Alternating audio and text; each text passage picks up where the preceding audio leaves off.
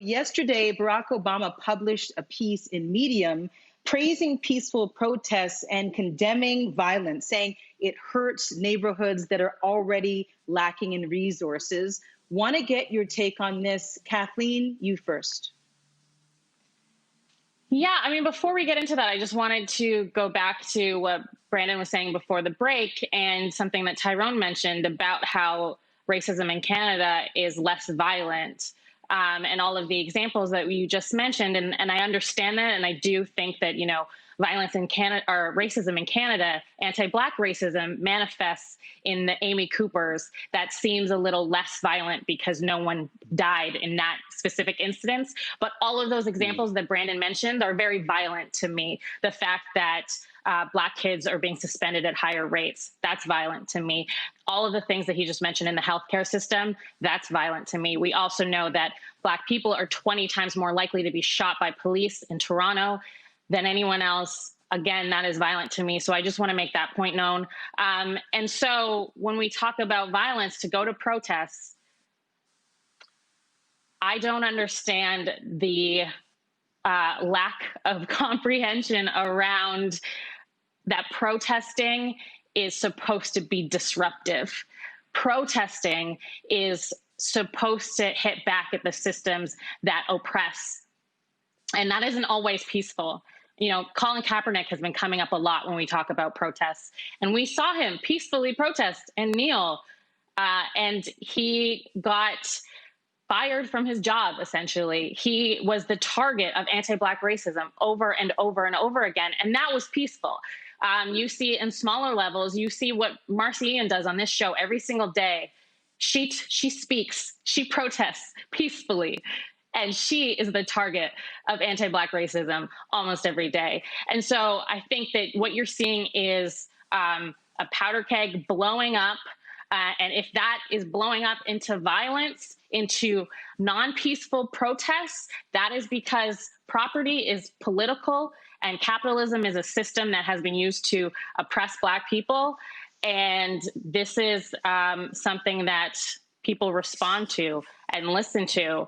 And I think that if you're more upset over broken windows and a Target being vandalized than you are about Black life, that's the problem. Yeah. So well said. Lyriq, if I could add, go ahead, please. Just to add to what Kathleen is saying, it is supposed to be very disruptive. And what really just irks me is the fact that for 400 years, the violence and the oppression and all the other disgusting things that you could possibly think of to implement on Black people is justified in so many ways. And then when we have protests and there's vandalism or violence involved, all of a sudden the cause is just now overshadowed by that looting. And people say it hurts us, but at the end of the day, what we're doing is drawing a line in the sand saying enough is enough. How much do you expect the people to take? How much do you expect for people to endure before we actually explode? Now, a lot of times we hear that, we're thought of as subhuman and this, that, and the other.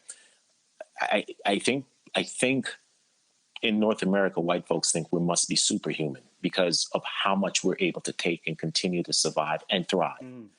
And so when we do anything outside of being peaceful, because they should be allowed to be as dangerous as they want, but as soon as we do anything to show any type of aggression, it now becomes the headline as opposed to the actual cause of why that violence even happened. Now, I'm not condoning violence, but let's talk about why violence is actually happening. And for those who expect for this to continue to happen and no violence, they got their heads buried in the sand. They really do. And they want to continue to be comfortable. They want to continue to have life be convenient for them. They don't want to be disrupted. They don't want to feel endangered. And so they speak about it in such a way that we're not out there to promote a proper cause. We're out there to cause damage and to be a problem and to just rob and loot. Go ahead. I was just going to say also there's so much violence being caused by police at those protests that I feel like, especially the Canadian media, has not done a great job at talking about the violence caused by police. And to add Well, I to want to that, bring. no, Yes, go ahead. no, go ahead, Brandon. Go ahead, Marci. I was just gonna say, Lyriq, that Brandon has covered the protests here in Toronto. There was one a couple of days ago, and there are protests across this country. Just want to get his take on that.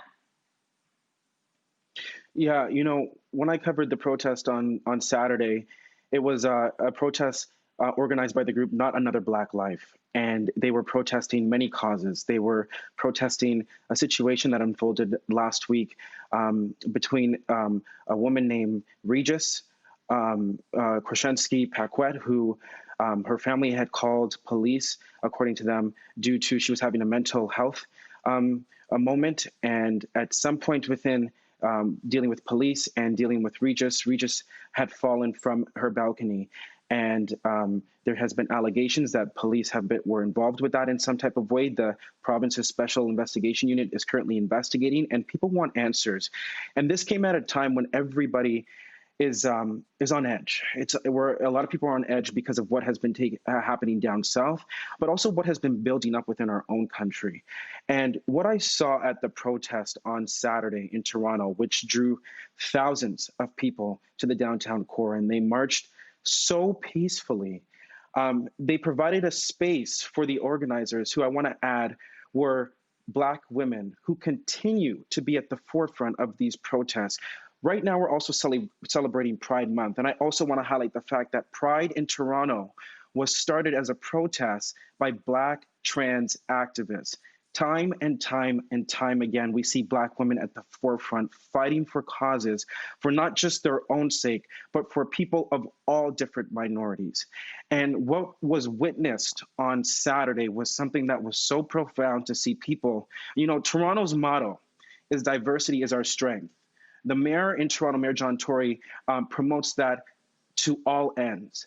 And the diversity that is Toronto was actually right there on Saturday. And it was such a moving moment to see people march together, but to see people allow for Black voices to be at the forefront of that conversation. And it was everybody else echoing that, echoing the need for peace, the need for justice, and the need for accountability. That is what they want, accountability, because for far too long, accountability has not been given. And you know what?